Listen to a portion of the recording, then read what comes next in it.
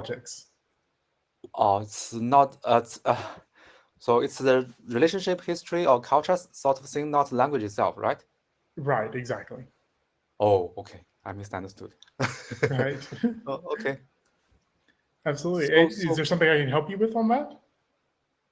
yeah, I'm currently I'm work in Shanghai. It's in a joint venture company from Mhm. Siemens Energy. Right. Okay. Sure. Yeah, yeah. But there are I'm doing the RD. The RD Hmm. means research and development. Right. Usually some of the technical documents Hmm. they are written in German. Ah. Okay. Right. Right. Some of them are translated to English, but some they are not. I was Hmm. wondering, yeah, is it easy to learn only to read in German? Uh, to read in German, actually, that's one of the hardest things to do, Whoa. um, because the structure is different from the way people speak as well. Mm-hmm. Mm-hmm. Usually, it's in what's known as preteritum in German. So, like when you're reading reports or you're reading news articles, they're written differently than how people speak. Um, Mm, you mean the speaking, grammar? You mean the yeah, grammar, the how the grammar sentence itself. were Mhm. organized? Yes, yes. And because of that, in German, the words often change because of the grammar, right? Mm-hmm. So, an easy example, or the easiest example, is the form for the, right? Der, die, das, depending on if it's male, female, or Mm-hmm. neutral word. Neutral. There's no real way uh, to learn how what the differences are, right? You just have to learn each word and their gender that they have. Mm-hmm. But that changes depending on, are you referencing uh, the ownership of something? Is it a direct object, indirect object? Is it related to another person or not? Right? All these things factor into how it changes. So where der, die, das becomes, for example, des, den, der, right? And from there, that should be able to tell you exactly what they're talking about, right? Is it referencing by something, or is it talking to something? Um, but this often changes depending on writing or speaking as well. So Okay. So, so you mean yeah, the structure of grammar? Grammar is much more complicated than English. yes, much more complicated, right? And that's a real reason why a lot of people have the perception that because English and German have a very similar Oh, foundation, right? Like English mhm, comes mhm. partially Original. from German, Hmm. but most of our grammar actually comes from French, right? Um, only some of the words come from German. Yeah.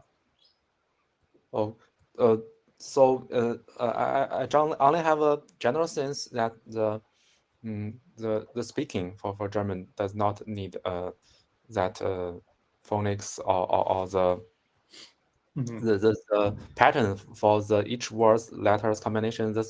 Their sounds are much similar, which more easier than. Yeah, for speaking, I would say so, right? For speaking, actually, that was one of the first things I kind of really got a grasp of, right? It's the reading and the writing that came much later for me. Yeah, Yeah, yeah, definitely. absolutely. Okay. Yeah. Any other questions on this? Uh, yeah. I have no clue for your major. Could you introduce a little bit? Yeah. So I study international relations, Hmm. and international relations is the study of power and how power works at the kind of global level, right? Between states, between actors of those states, and things like that. It is very based on social scientific theory, much more than um, some other schools of thought, like sociology or anthropology, right, or even economics sometimes. Um, and because of that, there's a very close system uh, of how one develops kind of the understanding of what power is, right? Hmm. Um, And yeah, so part of what I'm doing is testing one of those theories to see how applicable it is as a global theory. And then I take other theories to compare with those, if that makes sense at all. You mentioned testing. Yeah. You mean the series itself exists. Somebody maybe also propose the series. How Yeah. to verify it? Which occasions is correct? Which occasions is not applicable? I think Yeah. it's pretty difficult. Yeah, great question. So yeah, how are you asking, like, how do I do that? Or are you saying that like that's what we do? Uh, uh, like the former one. Please give a Mm-hmm. small answer. Maybe too difficult. Maybe I cannot consume. Maybe some Yeah. several means method you do for the verifying for testing about the. Yeah. So we do both qualitative and quantitative, right? Quantitative usually gives us a general answer. If you want to be Mhm, in detail, we have to do qualitative, right? Um, on the quantitative side, we often do things like big data analysis um, and regression analysis to make sure that things, of course, in social sciences, it's close to impossible mhm, to ever prove causation, right? But you can prove causality, right? So you can prove the idea that like something probably was caused by this, right? And you can certainly prove correlation. So one of mhm, those things that we do for quantitative is to kind of prove that correlation. To where in the qualitative, we're more looking at how people perceive what has happened and how people interact as if something is the case, right? So if you want kind of the general answer, you take the quantitative. If you want mhm, more detail into the individual, then mhm. you would want qualitative, right? Yeah, Some people are very strict adherents to either one. I tend to be more open to both. Yeah. yeah. I think that too many factors, too many boundary conditions to do all this kind of verifying or testing. Can be Maybe sometimes. Yeah. yeah, yeah. The history, the beliefs, the Hmm. culture, Right. uh, even the politics on stage, their attitudes, Hmm. their their way of thinking, Yeah. and maybe current mm, current economy and Hmm. the perspective of the future. So I think it's too complicated to be It make can the be. Yeah. One of the things to keep in mind too is because of this, right? Because of that idea, um, theories in international relations work in a very similar way to theories of like physics, right? Mhm, What I mean is that in physics and in both in the social sciences and in the natural sciences, theories either are used to prove something and predict something, or they're mhm, used to describe something, right? mhm, So, for example, the theory of relativity, right, is made to predict and prove, right? At the same time, the theory of the standard model, right? So the standard model of the universe that every physicist, that's kind of their foundational understanding of the universe. That is a theory that describes, right? Uh, in a very similar way, we have theories like that in the social sciences. But the big difference is that we do not use ours to predict, right? Because there, like you said, there are too many factors out there um, in impossible to social predict. reality. Yes, yeah, and in fact, we often say that like political scientists are horrible at predicting. Right? Politicians are far better at predicting outcomes than political scientists are because we're so stuck on kind of the details that we Mhm, don't we don't often see the tree from the forest. A really good idiom to say like we focus too broadly on issues. Yeah. mhm. Uh, You make the comparison to the physics.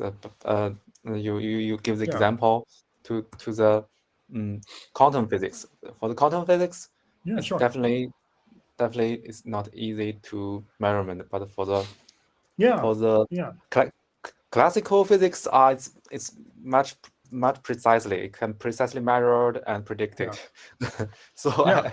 I'm much clear now. You give the example, which me much clear. Okay. Yeah, absolutely. And I mean, I think quantum, if you want to take that comparison as well, it's the idea that we don't know everything, right?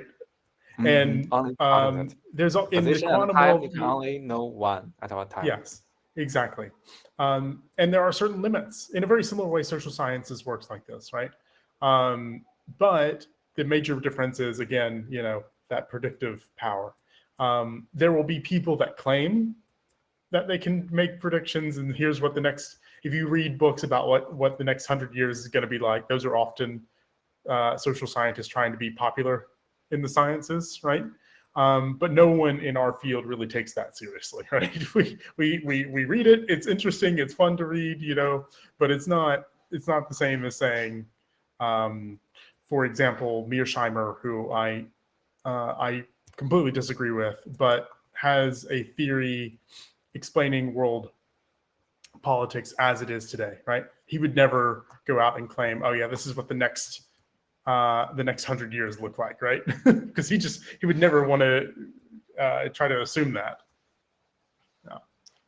So usually this kind of international relationships only they are the think tanks of the government, or Yeah, so that one would be more like comparative politics, right?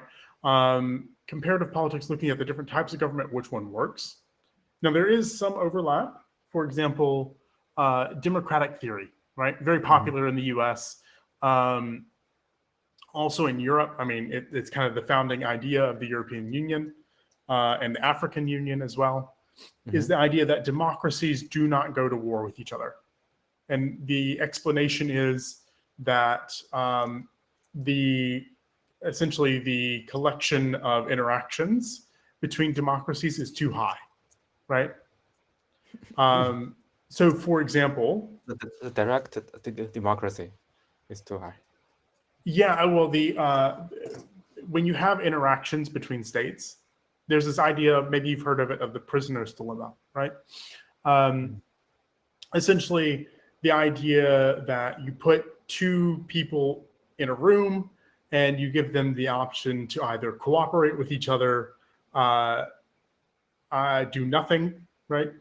Or to go against each other.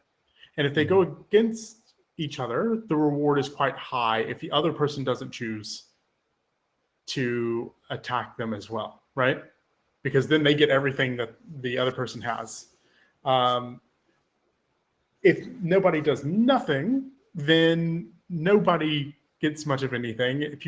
Basically everyone loses, but they lose far less than what they could possibly do in the other option, right? If they cooperate, they also lose out. In fact, they take more damage than not doing anything. But it's the idea that they're building a relationship between the two, right?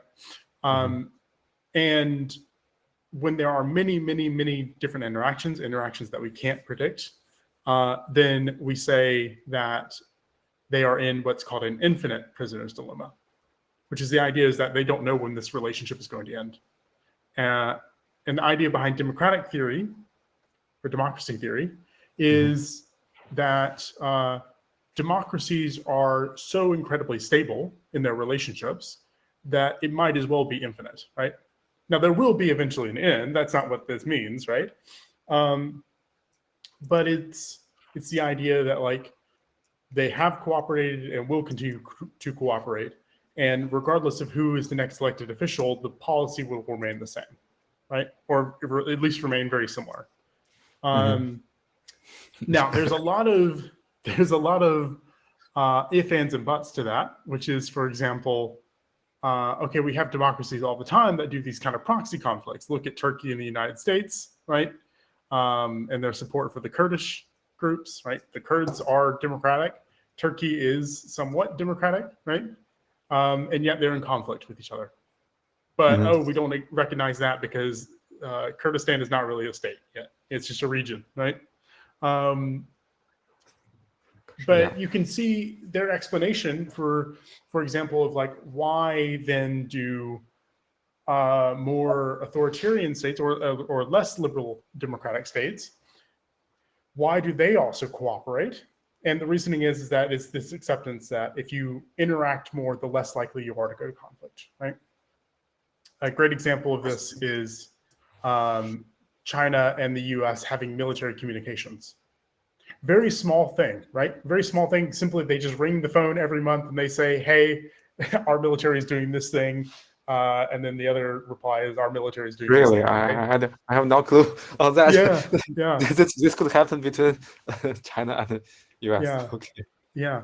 And they also share shipping information, right? You would think that would be like completely impossible with the East Chinese Sea, right? And all the kind of arguments going on around there. But for the protection of like shipping lanes, China and the US cooperate very, very much, right? On the world stage, oftentimes the US and in China are tend to be in lockstep about like a nation's sovereignty, right? How to protect a nation's sovereignty. Now, China has issues with the US going behind its back on that. And then the US has issues of saying, okay, sovereignty, but not for us, right? But there still is that type of cooperation. And that is the idea that you're trying to prevent another Cold War situation, right? You're reaching out because diplomacy is the best option out of all the other options available, right? Very interesting dynamic. Yeah. This China and the US conflicts are much different from the Soviet Union versus the Cold War. Yeah. Because back then, yeah. Sorry. Because back then there are little interaction, little relationship between Soviet Union and US. Sure. And currently China plays maybe several years earlier plays the economy between Sino and US are huge, much bigger than any other relationships between different countries. Right. But maybe they are keeping the risk lower. It's a little bit decline through several years, but it's still it's huge. Right. Exactly. Yeah, and it can be. It's such a great thing to have that connection. Because it does prevent something like this, right? And some have called this kind of, of course, like the doomsayers of like, oh, this is going to end up being another war. I really don't think so. I really don't see that on the horizon. Again, political science are bad at predicting things, but I don't see that on the horizon. I see this as more of a, this is the economic system we live in of competition, right? There's just competition. And as long as we can handle that competition without holding guns to each other, right? I think, again, in this type of situation, no one's really a winner, but the winning is not going to war, right? Does that make sense? I think that change of perspective was very much needed for us to get out of that kind of Cold War mentality. Yeah. China maybe, yeah. As in, I think the deep between, in my perspective, the reason between this China and the US conflicts, the one main reason is you mentioned earlier the socialism and capitalism. The China is maybe you describe China as socialism, but it's a little bit different from Soviet Union. Yeah, definitely so. Yeah, it's limited, but it allows some of the capitalism to boost the economy a little bit. Right. Okay. Yeah. It also the government big policies to hold that the personal enterprise capital they limit the free flow from inner or outside, so they are controllable by the government. So it's the government's policy make a crucial important factor. Right. very So important for this, right? Yeah. so so some people will say the Chinese government is a totally mm, opp opportunity Mhm. opportunism. I don't know. I pronounce Yeah, this you word could say right. if you want the government, then it would opportunist. Yeah, it is Yeah, opportunist. yeah. Hmm. If something have uh, if US shows not the strong attitude, Hmm. the China will show that way. But if Hmm. but if there's a maybe some ban and the US want to take more control, the Hmm. Chinese government will show, okay, okay, that's yours. I don't want, I will not compete with you. So it's Right. this back and forth relations with conflict and the cooperation. Yeah. Mm-hmm, hmm. Okay, conflict and cooperation. Yeah. This idea in theory now coming out of because a lot of large Chinese universities are focused on international relations as well. Um, so there's the idea of Guanji and Qinxia.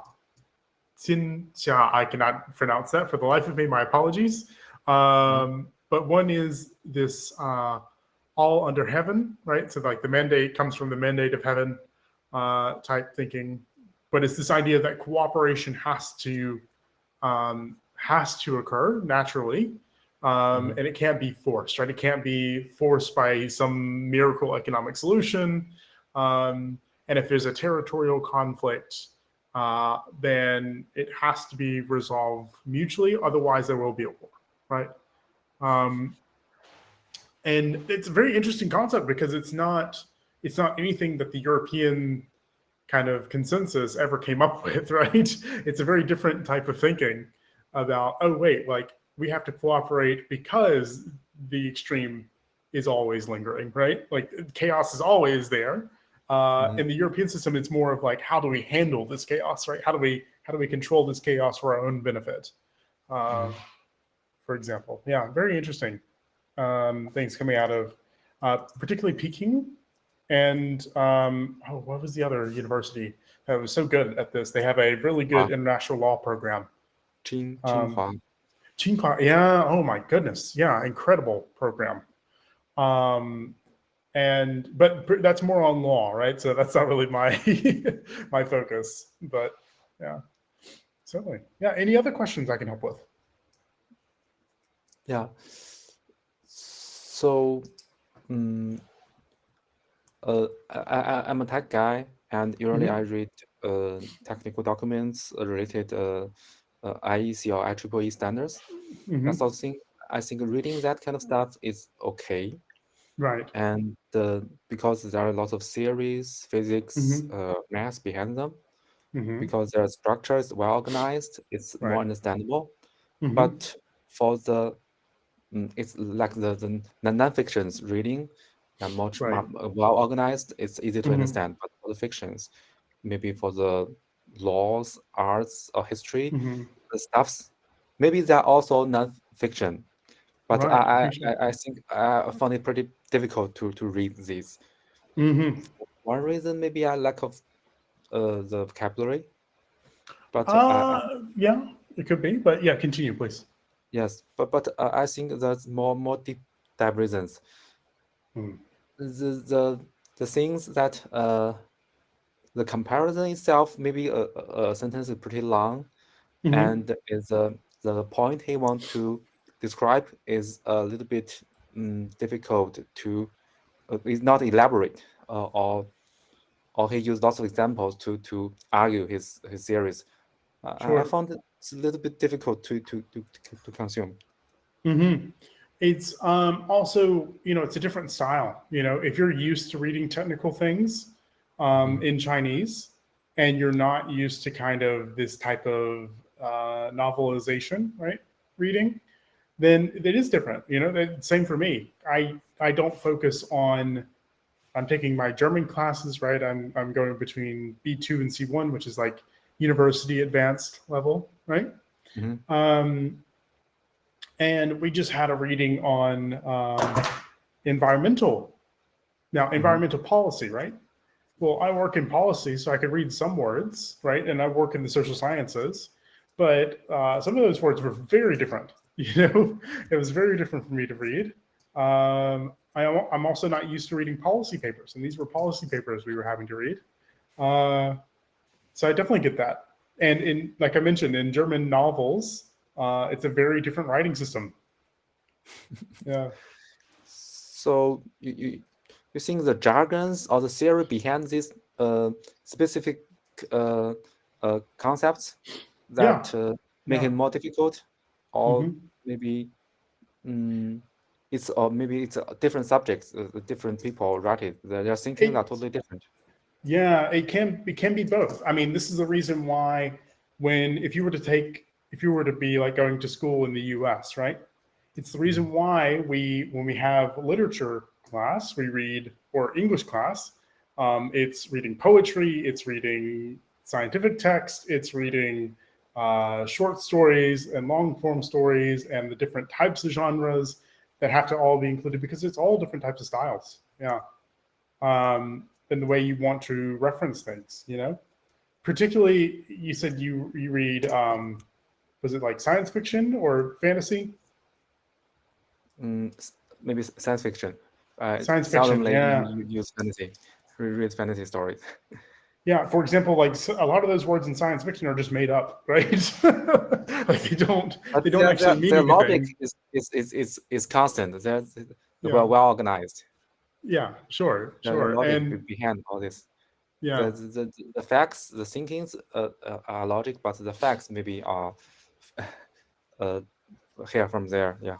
yeah, yeah. And some of the things are just cultural, you know, like if they're talking about um let's say like you're talking about the how a spaceship is running and it might be a military ship and a military vessel, a lot of those terms and things that come up are very unique to like the American understanding of what a military should be and uh, the chain of command, right? And thought independence on for like Mm. young soldiers as well, and learning how to develop their own critical thinking.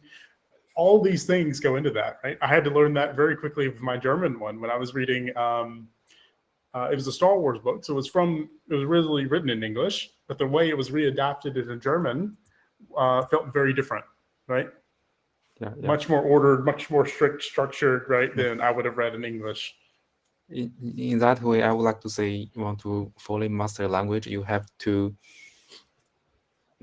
get a not basic, a deep understanding of its culture and history. Yeah, absolutely, absolutely. And this is what we try to teach now. Um, is that I've told my students here in Germany, I'm not teaching you just how to speak English. I'm letting you step into an English-speaking world, right? Um, Mhm. and that's a very different environment than how I think, us growing up learned, right? How to do languages, right? Us for our languages, it was grammar books and writing, right? Oh, Um, that's and the effects. lots of The text. grammar effect is pretty less. Yeah, we need Yeah, to yeah, stories yes, exactly. using And being those able to connect. interesting stuff, interesting materials. Yeah, yeah. Yeah, yeah, yeah. And that was Really, my argument. Oh, please. oh, sorry, the time is the meeting. Oh, Only a yes. few seconds. Really Okay, nice sure. talking to you. Yeah, I found Absolutely. To you too. your class very informative to me. Definitely more than happy to help. Yeah.